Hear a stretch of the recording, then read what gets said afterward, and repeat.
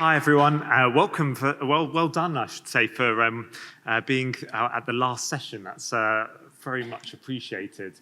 I'm going to give you a bit of an update on what we're doing at ITS UK, a bit of a focus on where we were sort of last year and looking ahead to this year, some of the initiatives that we've been working on. So I presented this time last year, and it was just worth reflecting on some of the things that have changed since the start of the year, since 2025. We focus a lot on policy, public affairs, lobbying, for want of a better word, at ITS UK. And it's fair to say there's been a lot of policy out. Some of it you've heard here today and yesterday, but also a number of pieces of legislation, of consultations that we've been really quite busy working through. And given the kind of amount of time I have, I'm not going to run through all of these things, but it's fair to say that we've been quite involved in responding or gathering member views to a lot of these. And I'll be talking a little bit in particular about that last one, EVED and road user charging, in a second, which the consultation closes tonight. And Eduardo, I've literally been sat with him sending our consultation off, so you're seeing it happening in action today. But there's been a huge amount of policy work that we've been doing. At the start of the year, we surveyed 220 of our members, both in the public and private sector, and I thought it was worth just quickly running through where the industry is right now. The first question we asked was, how confident were they about future growth? And actually, we were pretty happy with sort of the cautious optimism that was the response. 41% saying they were quite confident, 21% saying they were really confident. So more than 60% saying that they were confident in some form, which I think is pretty good, actually. We look at other industry, other association surveys, and that's not the case across different markets. We asked about some of the big issues that are concerning members. A big one that came up was funding and the general economic climate. I don't think that will come as a surprise to many people in this room. And we asked also a bit about the biggest opportunities for growth, which was kind of split between three sections, which was AI and digitalization, which was 1 and 2, and then integration of transport. And there's obviously an integrated transport strategy on its way. What was really fascinating was that more local authorities saw integration as a bigger opportunity than the private sector. The private sector focused more on automation and data, which was quite an interesting split. But obviously, that's kind of an overview of where we started the year. There's obviously, we're heading to the end of Q1, so there's been a lot of things that have been going on, particularly for ITS UK as well, in terms of activity that we've been focusing on. One of the big things that we released 2 weeks ago at our annual conference is this document, the annual contribution, economic contribution of the intelligent transport system sector to the UK economy. This has been a massive piece of work for us. We've been doing this literally over about the past year to survey members and the wider industry on what they are contributing to the economy, to try and get sort of an idea of the economic impact. Last year, I think I was presenting asking for people to respond to that survey so that we could inform this report. So thank you to everyone who did respond. And the figures are that we found that the ITS sector is roughly £3.2 billion in value. That's double what we previously thought it was. We were quoting figures of 1.5 billion, so that's positive. Supports about 45,000 jobs and provides more than £500 million in tax revenue. And that report is on our website. It's under its-uk.org/economic study. It's worth saying we still think these figures are actually conservative, and it was a real effort to try and understand what the sector kind of constituted. We spent half of the first few meetings of our steering group just trying to define what transport technology was, what ITS was, where the barriers are, and it's not an easy thing to do. So I dare say we probably could find other areas where it was contributing even more. But we're really pleased that we've got some really strong figures, and one of the things we're now doing is taking this out to politicians and policymakers to say that actually the sector does have value. And for those in the room who, from local authorities, transport authorities, we have those figures broken down by region. So if you are interested in knowing what the economic value of ITSs in Yorkshire and the Humber, come and talk to us. We can provide those figures for you. Same with Scotland, Wales, wherever you are, we're happy to provide those figures, and we will be using them pretty extensively over the coming year. Another thing that's been keeping us really busy is traffic signal obsolescence. It's something that's been, I think, talked a little bit about over the last 2 days, but something that we've been doing a lot of work on. We brought together a number of the traffic management companies, the equipment manufacturers, in particular Swarco, Unex, Telent and TRL, when we were having discussions with Darren about what a new funding for the sector could look like. And it became quite obvious that the Green Light Fund and the Traffic Signal Obsolescence Grant in the 2 years ago did a huge amount of good, but actually there is still a huge amount of work to be done in making sure that our traffic signals avoid obsolescence, or that we're keeping up with the maintenance of them. So working with those suppliers, we put together a map. Now, after particularly what Kerry said, I'm always slightly worried about putting up a RAG-rated map. And I dare say we might get some of the local authorities in the room going, that's not my area. But the honest truth is that potholes have become a major issue in political context, and traffic signal obsolescence isn't yet. So by putting this map together with data from those suppliers, we're hoping to show on a similar basis that there is an issue here as well. So if your region is a different colour to what you expected it to be, come and find me. I'm happy to chat about it. We can talk about the data. But the honest truth is that I will make no apologies for trying to use this map to get further investment in the sector. And as part of that, we also explored what the data would look like in 2028, which is far redder than it is currently now. So there's a whole load of evidence behind this of where the traffic signal life expiry date is. Again, I'm happy to talk about that in detail. And obviously, you can see that Scotland and Wales aren't included in that, as is Northern Ireland. We do have some data on that, but that is kind of phase 2 of looking at that, particularly ahead of their elections there.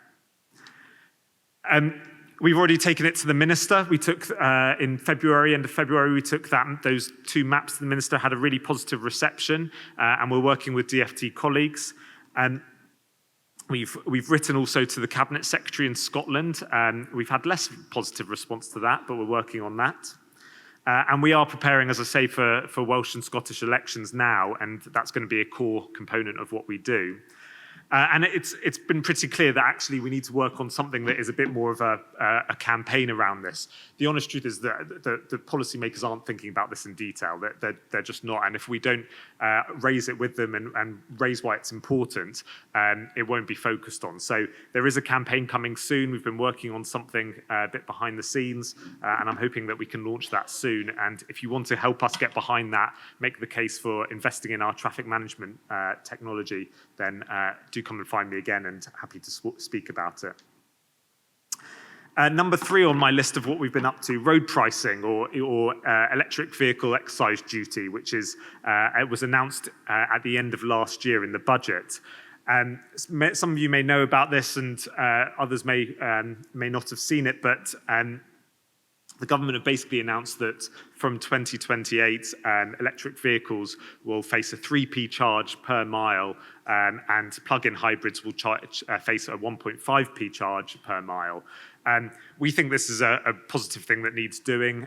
Anyone who looks at the graphs of falling fuel duty revenue will know that this is inevitable. It's not something that we should even really be arguing about, because it's something that needs to happen. So we've been really positive to see the Treasury acting on this, and we've been working with them to try and make the case for it. You can see a bit of calculation there of just actually how it would work. And one of the things that we are less keen on within the consultation is the fact that it will be done via odometer reading only. And given we are the Industry Association for Transport Technology, one of the things that we would really be keen to see is a smarter way of doing it. And there's some clear problems with doing it via odometer reading. It could be inaccurate mileage readings. You could clock your odometer. You could, well, there's issues with enforcement, but they'll be aligning it with VED, so there'll be more ways of getting around it. And there's an issue with driving overseas, where if you're going to drive in France, you go back and you'll pay for those miles when you're driving in an overseas country, which to a lot of people will seem quite odd. So we have just submitted our consultation to it. We've also been working with the Transport Select Committee on this issue. The aim for us is to basically get opt-in options or ways that we can utilize technology to support a smarter version of this. And we've seen the connected vehicles technology all in force today. That same technology could be used to do a far smarter way of doing this and give policymakers greater levers to manage their road network. You could charge for weightier vehicles, you could charge for particular times of day. There's a huge amount of policy levers that could be utilized if we get this right. So as I say, Eduardo's literally been sitting there submitting our consultation to the Treasury. We'll be doing a lot more work on this as well. I'm rolling through this again, but I'll carry on. Another issue that we've been particularly working on is skills. And again, this is an issue that I've been hearing members talk about today. We've been talking to members about the skills gap for a number of years. I know it's been a big issue for a lot of members.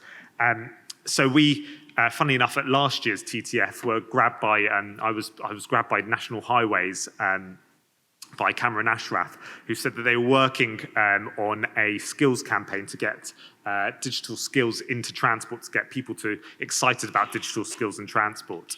So we've been working with them, and we've been working with an organization that they used called Dig Data. And we've been trying to bring what National Highways did out to a multimodal level within the industry, so that it's a kind of industry-wide campaign to get more people excited about digital skills. This is what we've come up with. We launched this at our annual conference as well 2 weeks ago, and it's an initiative called Project Root, which is basically about getting young people interested in data roles in the transport sector and giving everyone a good pipeline of potential, the new workforce. We've got quite a clear mission with this, and we're aiming to get 10,000 students involved and aware of what we're doing. If we can work up that pipeline to get 100 placements, 30 jobs, I think we'll be doing very well, and we hope that we can do even more with the right support. We do this through a number of different means. I'm not going to read them all out, but we're working with Dig Data, who do this as part of their day job. They've done it for National Highways. They've done it for organisations like the NHS, for Google. So they know well what they're doing. And ITS UK's role is to bring the industry behind them and give them the means to do it.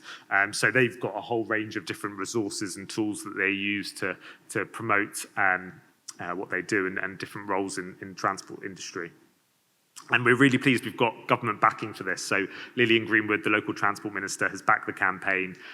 We've got government support from this. We've got some big industry players supporting this as well. Arup is our lead supporter, Amy coming in as a platinum supporter, and we're hoping to get more support. So the purple is where we are at the moment. We are aiming to have everything in place for the 1st of May, and then we'll be running this from September 2026 for the academic year till July 2027. So if you do want to get involved, there's opportunities to partner with us. You can use that QR code to, I think that goes to Rachel, who leads from Dig Data's LinkedIn, but we can share these slides around, and you're very welcome to get in touch with me. So that is a real whistle-stop tour, because I'm aware that we're sort of approaching the end of the day. There's always the question I get, which is, how can you work with us? Well, come and find us, talk to us, join events, sign up to our communications, share industry news and articles, and get involved in what we do. We are working, and I think I've mentioned this a few times at various different events. We're working to look at how we can support, particularly public sector, to get involved in the ITS UK community as well. And there will hopefully be some more news on that in the coming months. But do come and find me and I can talk to you about what that partnership could look like. And that is our events calendar. So we're actually at the, we've just come back from Intertraffic, where we did a pavilion. We'll be at the European Congress, would recommend taking out that last slot as well. And we've got a busy forum programme and our parliamentary reception, which we've just issued the invites out for in the 16th of June. And a whole range of different stuff. I'm not going to go through all of it. Our big awards dinner in November. We've got summer drinks and our new forum structure, which is around 5 key topics of safety, digital transport, future roads, intelligent mobility, and freight logistics and maritime. So a really packed agenda for the team. And that's it from me.